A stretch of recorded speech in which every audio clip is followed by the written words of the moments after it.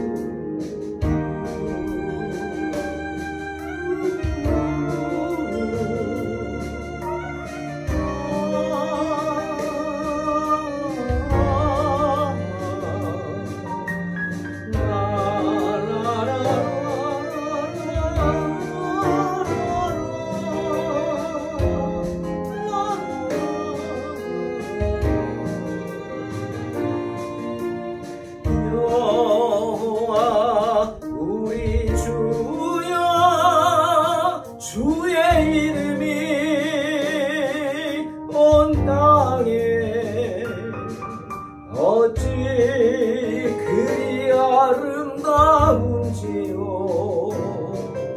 어찌 그리 아름다운지요.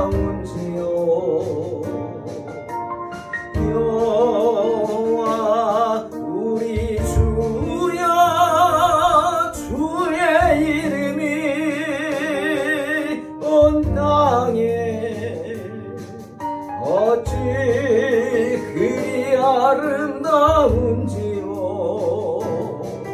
어찌 그리 아름다운지요. 주의 손가락으로 지으신 주의 하늘과 주가 베풀어 두신 달과 별 내가 보니 사랑이 무엇이건데 주께서 저를 생각하시며 인자가 무엇이건데 저를 권고하시나이까.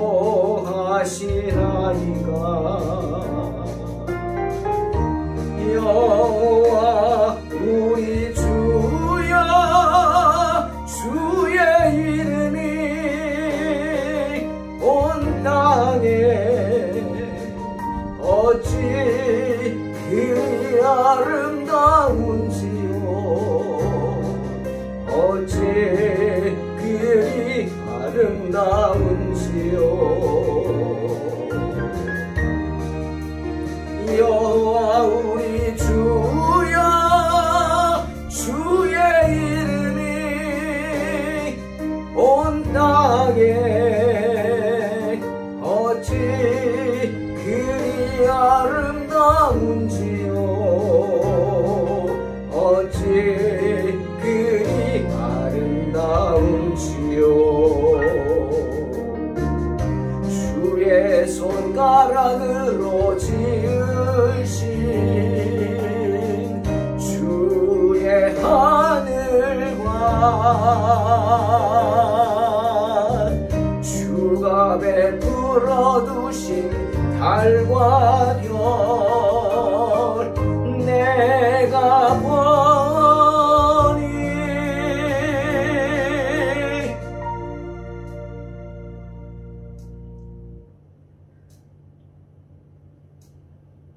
사람이 무엇이건데 주께서 저를 생각하시며 인자가 무엇이건데 저를 권고하시나이까.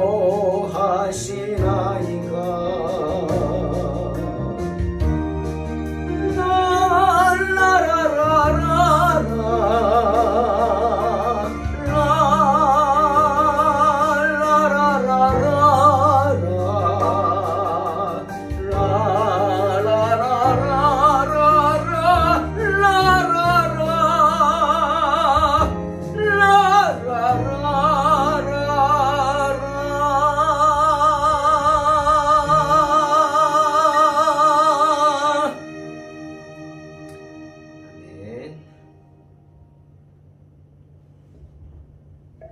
출애굽기 22장 25절로 31절입니다. 봉독합니다.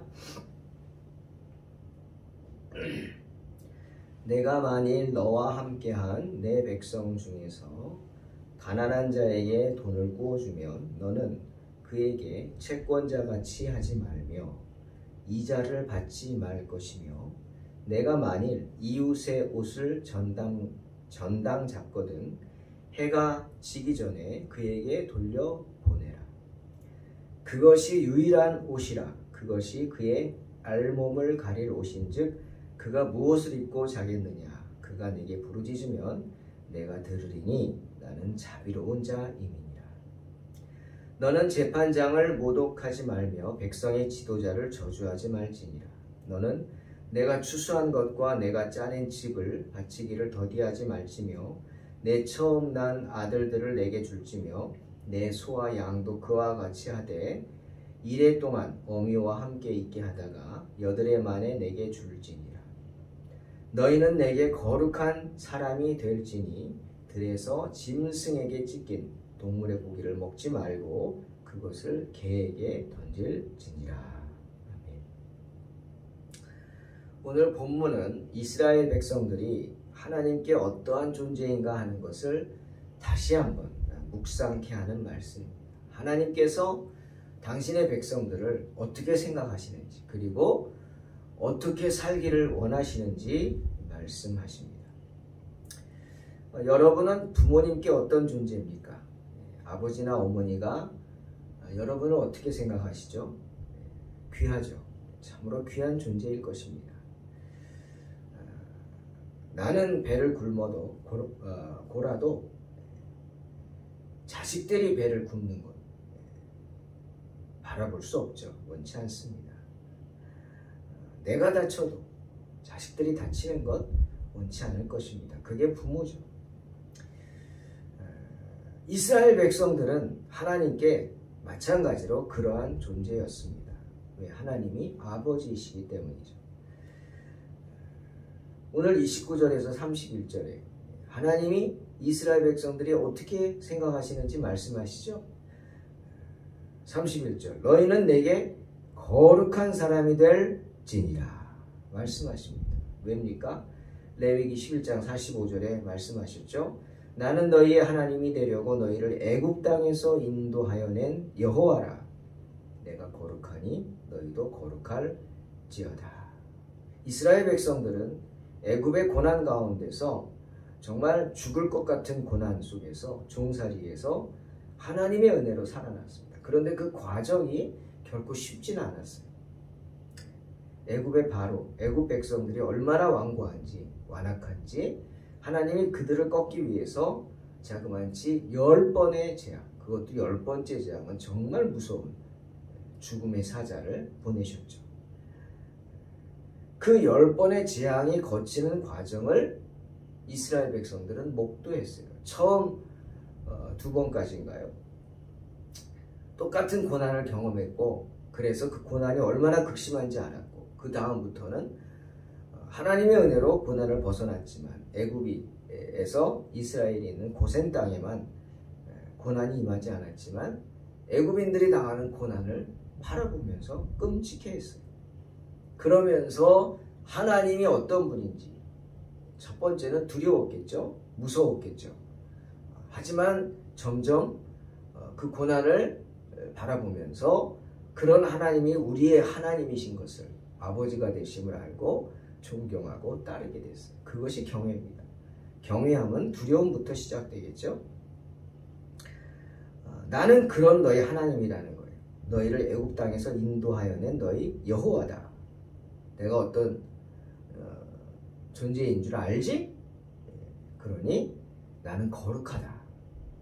따라서 나의 자녀가 되려고 하는 그리고 자녀가 된 너희 또한 거룩할지어다. 말씀하십니다. 하나님이 거룩하시기 때문이죠. 거룩하신 하나님이 우리를 당신의 백성으로 부르셨기 때문입니다. 우리를 거룩하게 하시기 위해 이스라엘 백성들을 많은 백성들 가운데서 구별하신 것이죠. 우리를 성별, 성별이 뭡니까?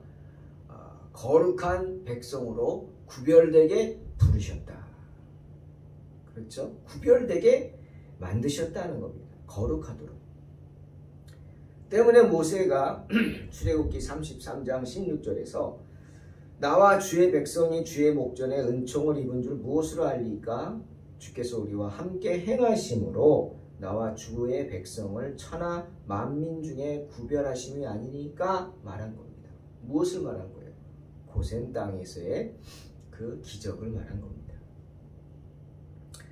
하나님께서 우리가 어디를 가든지 함께 하시기 때문에 그것이 세상에서 우리가 하나님의 백성이라는 것을, 하나님에 의해 구별된 당신, 하나님의 백성이라는 것을 구별하는 증거라는 것이죠. 성별될 것을, 거룩하게 살 것을 하나님은 명령하십니다. 하나님은 이스라엘 백성들이 세상에서 성별되게 하시기 위해 몇 가지를 요구하시죠. 먼저 거룩한 백성답게 먹는 것을 구별해야 했습니다. 첫째는 29절. 너는 내가 추수한 것과 내가 짜낸 즙을 바치기를 더디하지 말지며 내 처음 난 아들들을 내게 줄지어다. 이스라엘 백성들은 언제나 하나님을 먼저 생각해야 했습니다. 때문에 곡식을 거두거나 포도주를 빚거나 감람나무 기름을 짠 다음에는 반드시 거기에서 얼마를 하나님께 제물로 바쳐야 했습니다. 또한 맏아들도 언제나 하나님의 것입니다. 하나님께 바쳐야 했습니다. 무슨 뜻이냐?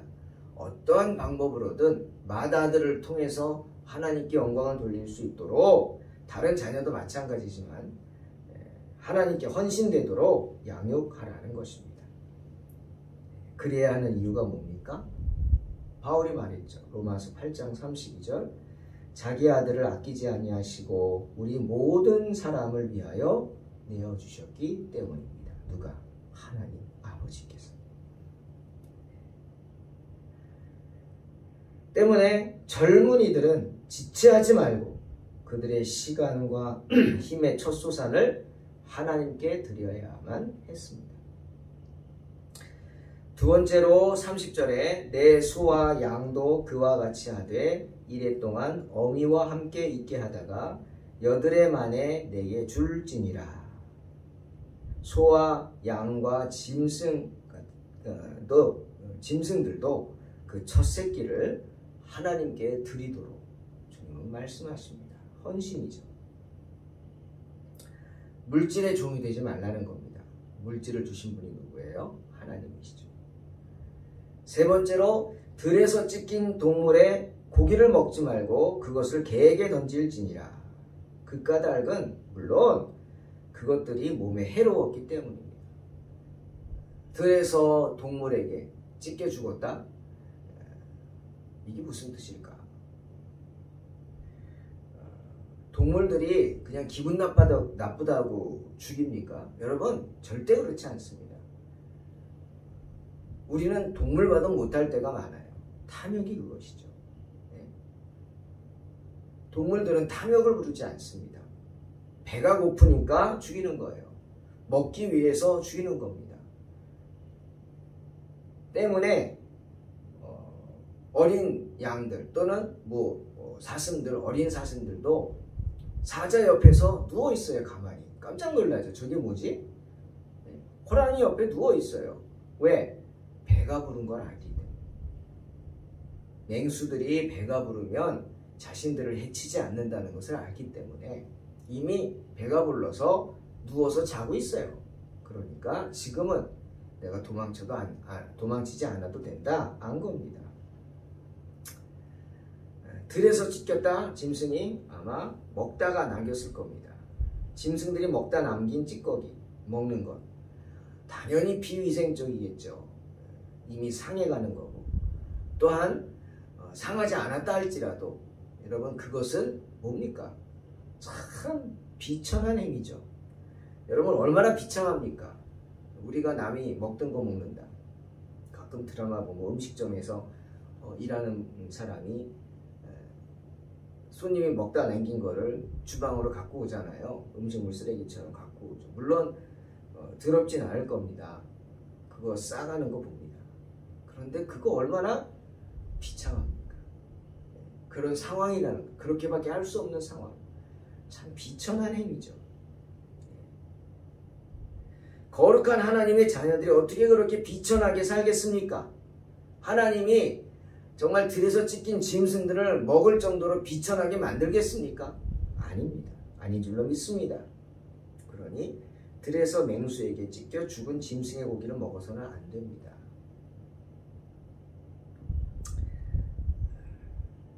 그런 것들은 뭐라고? 개에게나 던져주라. 성경은, 주님은 말씀하십니다. 차라리 굶을지언정. 여러분, 하나님의 자녀로서의 자존심을 상하게 하지 마십시오. 차라리 가난할지언정. 절대로 하나님의 자녀로서의 여러분의 존엄감을 상하게 하지 마시기를 주의 이름으로 축원합니다. 고개 숙이지 마세요. 아멘. 그 다음에 하나님께서는 특별히 변리법에 대한 명령을 하십니다. 변리법이라는 것은 대출금 또는 빚, 뭐 이런 돈에 대하여 일정 비율로 무는 이자죠. 이자에 대한 이야기, 명령이죠. 먼저 돈을 빌려준 것으로 인한 착취 안 됩니다. 여러분, 유대인 민족끼리 돈 거래에 대해서 철저합니다. 특별히 착취를 금하고 있습니다. 그것도 율법으로 명문화해서 금지하고 있죠. 가난한 자들에 대한 착취, 큰 죄죠. 때문에 5절에서 내가 만일 너와 함께한 내 백성 중에서 가난한 자에게 돈을 꾸어주면 너는 그에게 채권자같이 하지 말라. 이자를 받지 말라 말합니다. 돈을 꾸어줬는데 이자를 받지 말래요. 율법은 형제에게 자비를 베풀라 말하는 겁니다. 형제들 사이에서는 이익만 얻으려고 하지 말고 손실도 기꺼이 나누라 하는, 손실을 나누는 것도 의무라고 말하는 것입니다. 특히 7년째 되는 해에는 형제에게 면제하라고 하죠. 신명기 15장 1절 3절에 매년 7년 끝에는 면제하라. 면제의 규례는 이러하니라. 그의 이웃에게 꾸어준 모든 채주는 그것을 면제하고 그의 이웃에게나 그 형제에게 독촉하지 말지니 이는 여호와를 위하여 면제를 선포하였습니다. 이방인에게는 내가 독촉하려니와 내 형제에게 꾸어준 것은 내 손에서 면제하라 말씀하십니다. 그러니 형제에게 돈을 꾸어주면은 이자놀이 할 생각하지 말고 빌려주라는 겁니다. 만약 그러기 싫다면 빌려주지 마십시오. 죄 짓지 않는 길이죠. 차라리 그런 죄, 빌려주지 않는 죄를 짓는 게 더 낫습니다. 또 26절, 내가 만일 이웃의 옷을 전당 잡거든 해가 지기 전에 그에게 돌려보내라. 왜요? 27절에 이유가 나오죠. 그것이 유일한 옷이라. 그것이 그의 알몸을 가릴 옷인즉 그가 무엇을 입고 자겠느냐 말씀하십니다. 하지만 이 번역에는 약간의 오버가 있죠. 무리가 있습니다. 사람이 아무리 돈이 급해도 돈 빌린 사람의 옷을 홀딱 벗겨가지고 알몸으로 만들겠습니까? 그런 뜻은 아니고요. 여기서 그의 알몸을 가릴이라고 번역한 원어 히브리어는 캐슈트라는 단어입니다. 그 의미는 우리는 알몸을 가리리라고 번역했지만 원래 의미는 캐슈트는 겉옷이라는 뜻입니다. 겉옷. 그러니 채무자가 돈을 못 갚는 채권자에게서 빼앗아 저당 잡으려고 하는 옷은 속옷이 아니라 그가 가진 겉옷입니다. 이게 뭐죠? 뭐 생각납니까? 여러분? 겉옷. 그렇죠. 예수님의 겉옷이 생각나죠? 예수님을 십자가에 못 박을 때 로마 군인들이 제비 뽑은 게 뭐예요? 왜 제비 뽑았어요? 뭐 때문에?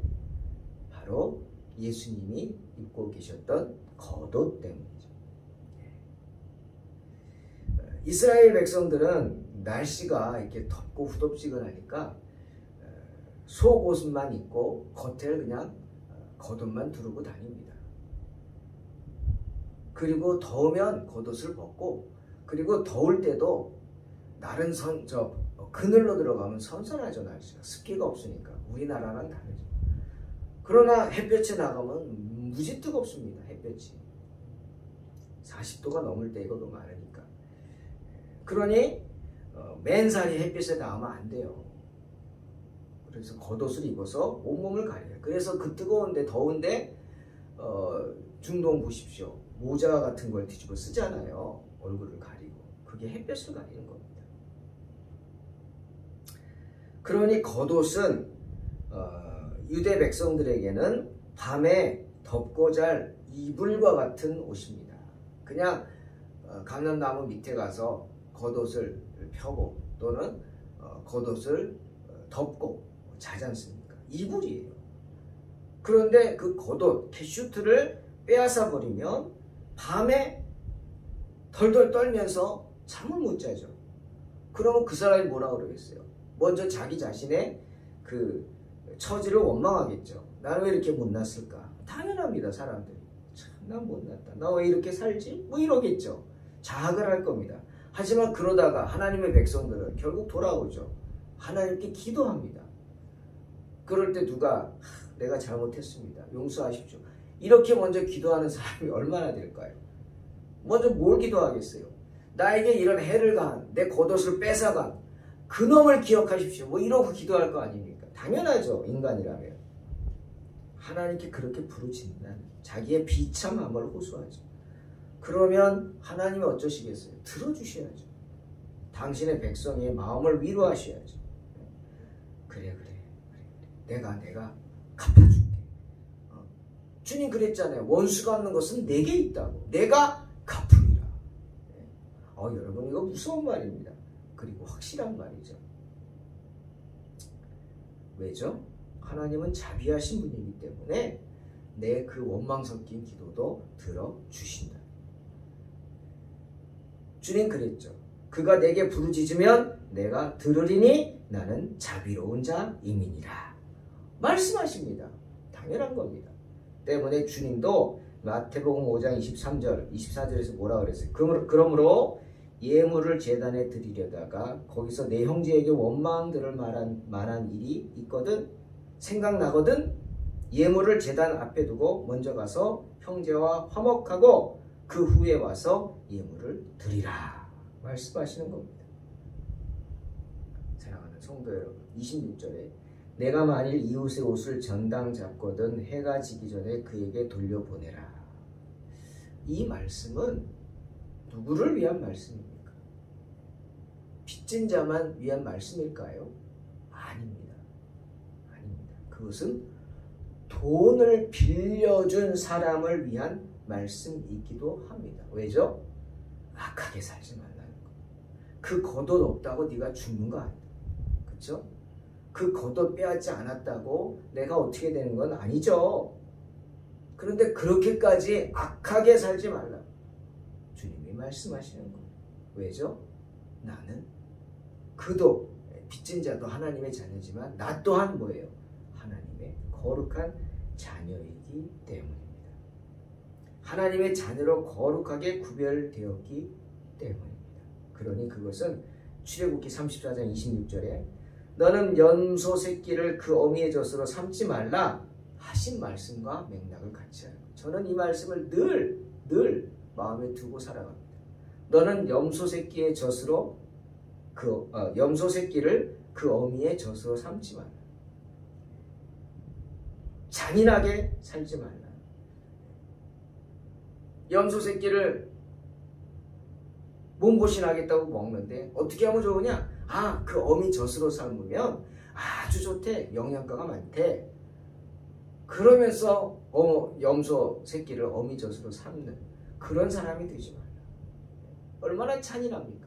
말 못하는 염소가 그 사실을 알고 그 모습을 보면 얼마나 가슴이 찢어지겠어요. 그렇게 살지 말라. 왜? 너는 하나님의 자녀이기 때문이다. 하나님의 백성답게 살라. 그것이 사람답게 사는 것이다. 사랑하는 성도 여러분, 믿는 자들끼리는 돈놀이해서는 안 됩니다. 교회에서는 돈놀이 하면 안 돼요. 개하지 마세요. 믿는 사람들끼리. 절대로 안 됩니다. 저는 보는 순간 내칠 것입니다. 하나님의 이름으로 내칩니다. 그리고 교회에서는 드러내놓고 막 내가 장사할 때 물건 팔라고 하지 마십시오. 알고 스스로 성도들이 누가 뭐 하는 걸 알고 사고 싶다고 이런 건 좋습니다. 서로 성도들끼리 물건 사주고 이용해주고 좋습니다. 그것은 아주 좋죠. 하지만 거꾸로 하지는 마십시오. 시험 듭니다. 또한 형제가 돈을 빌려달라고 하거든 받을 생각 말고 빌려주십시오. 아예 돌려받을 생각 하지 마세요. 만약 그것이 안 된다면 내가 베풀 수 있는 범위 내에서 최선을 다해 도와주면 됩니다. 그냥 이자 받지 말고 빌려줄 수 있는 거는 빌려주세요. 나중에 형편되면 갚으세요. 꼭 갚으세요? 괜찮습니다. 갚으세요. 하지만 이자 내요. 이건 안 된다는 거예요. 형제들끼리, 성도들끼리도 마찬가지고. 그리고 아예 그것도 안 된다면 정말 그를 도와줄 수 있는 만큼 도와주십시오. 하나님이 만배로 갚아주실 줄로 믿습니다. 그래야 사람도 잃지 않고 믿음도 잃지 않고 시험에 들지 않습니다. 욕심을 부려 돈도 잃고 사람도 잃는 어리석은 인생 되지 마시기를 주의 이름으로 축원합니다. 세 번째로 권세자에 대한 경멸을 금지하는 율법 28절. 너는 재판장을 모독하지 말며 백성의 지도자를 저주하지 말지니라. 왜죠? 그들은 잘났던 못났던 잘하던 못하던 하나님의 율법을 집행하는 사람들이기 때문입니다. 하나님의 율법들을 집행함으로써 누군가는 손해를 볼 수도 있습니다. 그렇죠. 어떻게 다 하겠어요. 잘못한 사람은 있죠. 또 집행하는 사람들도 신이 아니기 때문에 어리석게 혹은 잘못 행할 수도 있습니다. 하지만 그들에 대한 징계는 사람이 하지 않고 하나님이 하십니다. 그러니 어떻게? 지도자를 위해 기도하라 하시잖아요. 지도자를 뽑을 때 신중해야 합니다. 좀 지도자를 뽑고 잘못할 수도 있어요. 그러면은 잘못한다고 막 손가락질하고 끌어내리려고 하지 말고 막 욕하거나 그러지 말고 여러분이 기도하십시오. 그분을 위해 하나님께 기도하십시오. 지혜를 잘 달라고. 지혜도 주고 그 주변에 능력 있는 사람들, 좋은 사람들, 정말 자기 욕심 챙기는 그런 악한 자들이 아니라 정말 그 권세 잡은 자들로서 백성들을 위할 수 있는, 나라를 위할 수 있는 그런 사람들 주변에 뽑히게 해달라고 기도해야 합니다. 왜요? 그들은 하나님의 의무를 수행하는 사람들이기 때문입니다. 그러니 하나님의 사람들을 경멸하거나 저주해서는 안 됩니다. 사랑하는 성도 여러분, 내가 거룩하니 너희도 거룩하라는 말씀 기억하십시오. 우리가 빈궁에 처할 수는 있지만, 빈곤할 수는 있지만 비굴해서는 안 됩니다.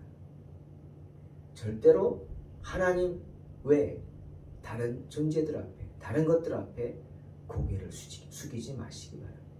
여러분의 자존심을 구기지 마시기 바랍니다.